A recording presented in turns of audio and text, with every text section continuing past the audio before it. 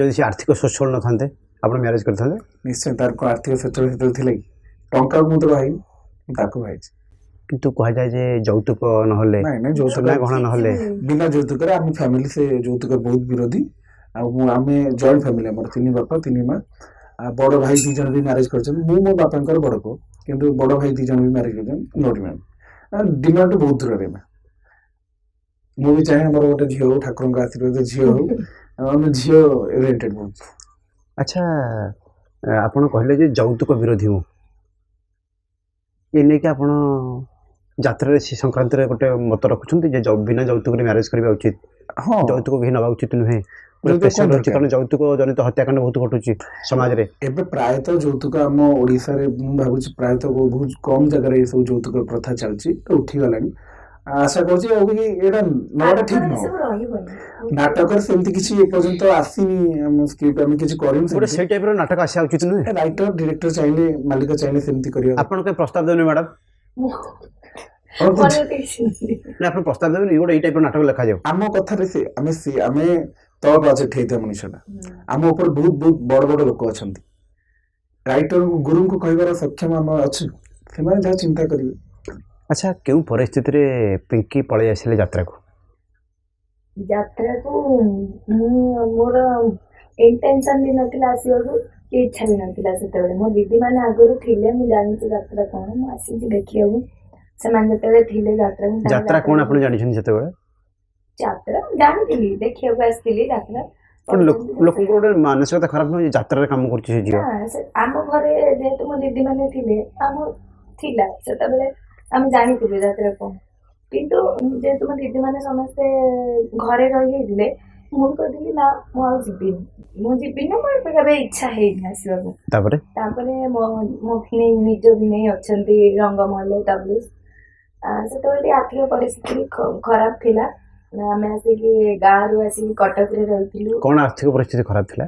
ବାବାଙ୍କ ଡେଥ୍ ପରେ ଯେହେତୁ ଆମ ଘରେ କେହି ପୁଅ ନାହାନ୍ତି, ତ ଆମେ ଭଉଣୀ ମାନେ, ଆମେ ମୋ ମାର ଝିଅ ପୁଅ, ତେଣୁ ଗୋଟେ ଫ୍ୟାମିଲି ଚଳେଇବା ପାଇଁ ଗୋଟେ ପୁଅର ଯେତିକି, ମାନେ ଗୋଟେ ପୁଅ ଥିଲେ ଯେତିକି ଭରସା ଆସେ, ଝିଅ ଥିଲେ ଯେତିକି ଭରସା ଆସେନି। ତ ସେଇ ଭରସାଟା ହବା ପାଇଁ ଆମ ପରିବାର ବାହାରକୁ ଗୋଡ଼ କାଟିଥିଲୁ। ଆର୍ଥିକ ପରିସ୍ଥିତି ଅତି ଶୋଚନୀୟ ଥିଲା? ଶୋଚନୀୟ ନଥିଲା, କିନ୍ତୁ ଥିଲା ସେଇଭଳି ନଥିଲା, ସକ୍ଷମ ନଥିଲା, କିନ୍ତୁ କାରଣ ଘରେ ବାପା ନାହାନ୍ତି ଏବଂ ଆପଣ କହୁଛନ୍ତି ରୋଜଗାର ଆଉ କେହି ନାହାନ୍ତି, ଏବଂ ଭଉଣୀ ମଧ୍ୟ ସେପଟେ ଯାଇକରି, ଭଉଣୀ ମାନେ ଯେତେବେଳେ ମ୍ୟାରେଜ କରିଗଲେ, ଆଉ ପୁଣି ଘରକୁ କିଏ ଦେଖିବ? ଘରକୁ ଦେଖିବା ପାଇଁ ଆପଣଙ୍କୁ କ'ଣ ସବୁ କରିବାକୁ ପଡ଼ିଛି ମ୍ୟାଡ଼ାମ୍? କଷ୍ଟ କରିବାକୁ ପଡ଼ିଛି? କଷ୍ଟ କ'ଣ, ବହୁତ କମ୍ ଦିନରୁ କାମ କରିଛି, ଏଇଟା କଷ୍ଟ। ଆଉ କ'ଣ ପଢ଼ିକି ପଳେଇ ଆସିଲେ ଯାତ୍ରାକୁ? ହଁ, 10th ପାସ୍। ଯାତ୍ରାକୁ ଆସିନଥିଲି, ଫାଷ୍ଟ ଛୋଟ ଛୋଟ ମାନେ ଜବ୍ କରୁଥିଲି। ତାପରେ କ'ଣ ଜବ୍ କରୁଥିଲେ? ତାପରେ କଷ୍ଟମର କେୟାର ଅଫିସରେ ଥିଲି। ତାପରେ ସେଠି କମ୍ ପଇସା ମିଳେ, କିନ୍ତୁ ହଉଥିଲା କାମ, ମାନେ ଘର ଚଳି ଯାଉଥିଲା। ତାପରେ ଲକଡାଉନ ଯେତେବେଳେ ହେଲା, ସବୁ କିଛି ବନ୍ଦ ହେଇଗଲା। ଯେ କଷ୍ଟମର କେୟାର ଅଫିସରୁ ଗୋଟେ ହିରୋଇନ୍ ହେବା ସାଧାରଣ କଥା ନୁହେଁ। ହିରୋଇନ୍ ହେବା କ'ଣ ବାବୁ? ଆଚ୍ଛା ମ୍ୟାଡ଼ାମ୍, କଷ୍ଟମର କେୟାର ଅଫିସରେ ଆପଣ କ'ଣ ଯେତେବେଳେ କାମ କରୁଥିଲେ, କି କାମ କରୁଥିଲେ? ଆଚ୍ଛା, ସେଠି କଲ୍ ସେଣ୍ଟର ଯେତେବେଳେ କାମ କରୁଥିଲେ, ସେଠୁ ଆସିଲେ ହିରୋଇନ୍ ହେଲେ। ସେ କାହାଣୀଟା ଟିକେ କହିବେ, କେମିତି ଆସିଲେ ଲାଇନ୍କି? ଲାଇନ୍ କହିଲି ପରା, ଲକଡାଉନ ହେଲା ଯେତେବେଳେ, ସେଟା ଯେହେତୁ ମାନେ ପ୍ରାଇଭେଟ୍ ଥିଲା, ତ ସେତେବେଳେ ବନ୍ଦ ହେଇଗଲା। ଲକଡାଉନ ଯେତେବେଳେ ହେଲା, ସେକେଣ୍ଡ ଲକଡାଉନ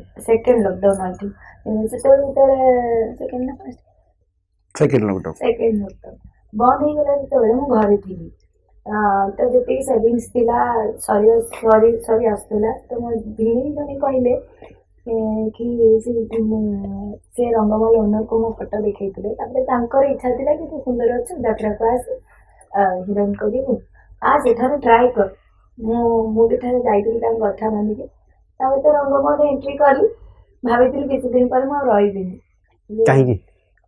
ମତେ ମାନେ ଯେହେତୁ ଏତେ ଦିନ ପରେ ଆସି, ମତେ ଏକୁଟିଆ ଜମା ଭଲ ଲାଗିଲାନି, ଘର ଛାଡିକି ଜମା ଭଲ ଲାଗିଲାନି, କାନ୍ଦୁଥିଲି ସବୁବେଳେ। ତାପରେ ଆଙ୍କୁ ଯେତେବେଳେ ଭଲ ପାଇଲି, ତାପରେ ତ ଅଛି। ଯାତ୍ରାରେ କାହିଁ କାନ୍ଦୁଥିଲେ ଆପଣ? ଘର ଛାଡିକି ଆସିଛି, ମତେ କେତେ ବୟସରେ ଆପଣ ଏଣ୍ଟ୍ରି କରିଗଲେ? ମତେ ବୋଧେ 18 କି 19 ବର୍ଷ ମାସ। 18 ବର୍ଷ ବୟସରେ ଯୋଉଠି ପଢ଼ିବା କଥା, ଆଜ୍ଞା ଯୋଉଠି +3 କରିବା କଥା, +2 କରିବା କଥା, ପିଜି କରିବା କଥା, କ୍ୟାରିୟର କରିବା କଥା, ସେଠି ଆପଣ ପଳେଇ ଆସିଲେ। ଆପଣଙ୍କ ବୟସର ପିଲାମାନେ ସେତେବେଳେ ପାଠ ପଢ଼ୁଥିଲେ। ପାଠ ପଢୁଥିଲେ, ନିଜ ନିଜ ଲାଇଫକୁ ଏନ୍ଜୟ କରୁଥିଲେ। ମୁଁ ଘର ଛାଡ଼ିକି ଆସିକି ଯାତ୍ରାରେ ଥିଲି, ମତେ ଟିକେ କଷ୍ଟ। ମୁଁ ଘର ଛାଡ଼ିକି କେବେ ରହିନଥିଲି ଏଠି। ବହୁତ କାନ୍ଦିଲେ। ମୁଁ କାନ୍ଦେ, ତାପରେ ରହେ ବି। କେହି ବୁଝିବାକୁ ନଥିଲେ? ହଁ ବୁଝୁଥିଲେ, ଯେ ମୁଁ କହିଲି ନା ସେଠିକା ମାନେ ଯେତିକି ଥିଲେ ବଡ଼ ଭାଇ ଭଉଣୀ ମାନେ ସେଠି ବହୁତ ଭଲ ଥିଲେ, ବହୁତ ଭଲ। ସେଠି ମତେ ଫ୍ୟାମିଲି ଭଳିଆ ଲାଗେ, କିନ୍ତୁ ଯେହେତୁ ମୋ ମାଆକୁ ଛାଡ଼ି ମୁଁ କେବେ ରହିନି, ତ ମତେ ଭାରି କଷ୍ଟ ଲାଗୁଥିଲା ସେଇଠି। ଆଚ୍ଛା, ଯାତ୍ରାରେ ଗୋଟେ ବ୍ୟାଡ୍ କଲଚର ଅଛି କ'ଣ କଲଚର? ଯେ ପ୍ରାୟ ନବାଗତମାନଙ୍କୁ ପ୍ରାୟ ସିନିୟର ମାନେ ସହଯୋଗ କରନ୍ତିନି। ନାଇଁ ନାଇଁ ନାଇଁ, ସହଯୋଗ କରନ୍ତି, ଏଇଟା ଭାବିବା ଭୁଲ। ମୋ କ୍ଷେତ୍ରରେ ସେମିତି କିଛି ହେଇନି। ଆମେ ଚାଲିନୁ ଜଣେ ବାଟର ଦୋଷ ଦେବାଟା ଭୁଲ। ହେଇଥିଲେ ବି କହିବେନି, କାହିଁ କହିବୁନି? କହିବାର କିଛି କାରଣ ନାହିଁ। ବିବାଦରେ ଫସିଯିବେ, ନା, ବିବାଦ ପଛରେ ଫସିବାର କଥା ନାହିଁ। ମୋ କ୍ଷେତ୍ରରେ ହେଇନି, ମୁଁ ସେଟା କହିବି। ଅଡୁଆରେ ପଡ଼ିଯିବେ, କିଛି ଅସୁବିଧା ନାହିଁ। ସମାଲୋଚନା ହେବେ। ବିବାଦ କଥା କହିଲେ ସିନା ସମାଲୋଚନା ହବା। ଠିକ କଥା କହିବା, ସମାଲୋଚନା କାହିଁକି ହବ? ଯୋଉଟା ଆମ ଲାଇଫରେ ଘଟିନି ସେଟା କାହିଁକି ଆମେ କହିବାକୁ ଯିବା? ବଡମାନେ ବହୁତ ସହଯୋଗ କରିଛନ୍ତି, ବହୁତ ସହଯୋଗ ବି କରନ୍ତି ହାତ ଧରିକି। ଦେଖନ୍ତୁ, ଆମେ ଯୋଉଟା କଥାଟା ଜାଣିନାହାନ୍ତି, ସେ ଯଦି ଆମକୁ ଜଣଉଛନ୍ତି, ଆମେ ଜାଣିବାକୁ ଚେଷ୍ଟା କରିବାନି କାହିଁକି? ସେମାନେ ଶିଖିଛନ୍ତି ଏଇ କଥାଟା ଏମିତି କହିଲେ, ଯେହେତୁ ଆମଠୁ ଏତେ ସିନିୟର ସେମାନେ, କଥାଟାକୁ ସେମାନେ ଭଲରେ ଗୋଟେ ଡାଇଲଗଟାକୁ ସେ ମଡୁଲେସନ ଯେମିତି କରିପାରିବେ, ଆମେ ସେଟା ପ୍ରଥମେ ଜାଣିବା କେମିତି? ମ୍ୟାଡ଼ାମ, କଲ୍ ସେଣ୍ଟରରେ କାମ କରିବା ହିରୋଇନ ଭିତରେ ହବା, ମଞ୍ଚରେ କାମ କରିବା ତଫାତ୍ କ'ଣ? ତଫାତ୍ କ'ଣ? ଏଇଟା ଲାଇଭ ପରଫର୍ମାନ୍ସ। ମୁଁ ଯେତେବେଳେ ଫାଷ୍ଟ କରିଥିଲି ମତେ ଜ୍ୱର ହେଇଯାଇଥିଲା, ମାନେ ମୁଁ ଜାଣିନଥିଲି ଯୋଉ କଥା ଗୁଡ଼ା, ସେଇ କଥା ଗୁଡ଼ା ଜାଣିଲି। ମାନେ କହିଲି ନା, ଷ୍ଟେଜରେ ଅଭିନୟ କରି ମୋ ଦେହ ହାତ ଥରୁଥାଏ। ୱାନ୍ ଟେକ୍ ଡାଇଲଗ୍ କହିପାରିଲେ? ୱାନ୍ ଟେକ୍ ତ କହିନି, ରିହର୍ସାଲ ଯେହେତୁ ହଉଥିଲା, ତ ଶିଖି ବହୁତ ଦିନ ଲାଗିଲା। ଡାଇଲଗ୍ ଭୁଲି ନାହାନ୍ତି? ଆଜି ହଁ ଭୁଲିଯାଏ, କିନ୍ତୁ କହିଲି ନା, କୋ ଆର୍ଟିଷ୍ଟ ମାନେ ବହୁତ ସପୋର୍ଟିଭ ଥାନ୍ତି, ବହୁତ ସପୋର୍ଟ କରନ୍ତି, ତେଣୁ ସେମାନେ ମ୍ୟାନେଜ କରିକି ନେଇଯାଆନ୍ତି। ଯେତେବେଳେ ନୂଆ ପିଲା ଆସନ୍ତି, ଆପଣ ଯୋଉ କହିଲେ ଅନ୍ୟମାନେ ହଇରାଣ କରନ୍ତି ନା, କେମିତି ହଇରାଣ ତ କରିନାହାନ୍ତି? ମତେ ଫାଷ୍ଟ ଏଣ୍ଟ୍ରିରେ ହିଁ ବହୁତ ବଡ କ୍ୟାରେକ୍ଟର ଗୋଟେ ମିଳିଥିଲା, ଯୋଉଟା ସେ କହୁଥିଲେ, ବହୁତ ବଡ କ୍ୟାରେକ୍ଟର ମିଳିଥିଲା। ପ୍ରକ୍ସି କ୍ୟାରେକ୍ଟର ଆଉ ଜଣେ କରୁଥିଲେ, ସେ ଛାଡ଼ିଲା ପରେ ତାଙ୍କୁ ଦିଆଯାଇଥିଲା, ତାଙ୍କୁ ଦେଇଥିଲା। ଯେ +2 ପଢ଼ୁ ସାଇନ୍ସ ପଢ଼ି କାହିଁକି ଏ ଲାଇନରେ ଏଣ୍ଟ୍ରି କରିଗଲେ ବାବୁଲ? ମୁଁ ଏଇଟା ବହୁତ ପୋଡକାଷ୍ଟ, ବହୁତ ଏଥିରେ ବି କହିଛି। ଏଇଟା ହଉଛି ଛୋଟବେଳର କଥା। ମୁଁ ଯେତେବେଳେ ଅଭିନୟ କ'ଣ ଜାଣିନଥିଲି, ଆକ୍ଟିଂ କ'ଣ ଜାଣିନଥିଲି, ଡାଇଲଗ କେବେ କିଛି ବି ଜାଣିନଥିଲି, ଯାତ୍ରା କ'ଣ ଜାଣିନଥିଲି, ନାଟକ କ'ଣ ଜାଣିନଥିଲି। ମୋ ବୟସ ହେଲା ସେତେବେଳେ ପାଖାପାଖି ମୁଁ ଷ୍ଟାଣ୍ଡାର୍ଡ 2 କି 3ରେ ପଢୁଥିଲି। ଅନୁମାନ କରନ୍ତୁ ମୋ ବୟସ କେତିକି ହେଇଥିବ। ସେତେବେଳେ ଆମ ସ୍କୁଲ ତରଫରୁ ଗୋଟେ ନାଟକ ମଞ୍ଚସ୍ଥ ହେବାକୁ ଫାଇନାଲ ହେଲା। ନାଟକର ନାଁ କୋଣାର୍କ। ମୋ ଚରିତ୍ର ମିଳିଥିଲା ବିଶୁ ମହାରଣା। ସେ ନାଟକର ଡିରେକ୍ଟର ଥିଲେ ମୋର ଜଣେ ଅଜା ହିସାବରେ ହେବେ, ଅଜୟ ସାର୍, ବାଦଲ ସାର୍ ତାଙ୍କ ନାଁ। ସେ ଚରିତ୍ର ଦେଇଥିଲେ।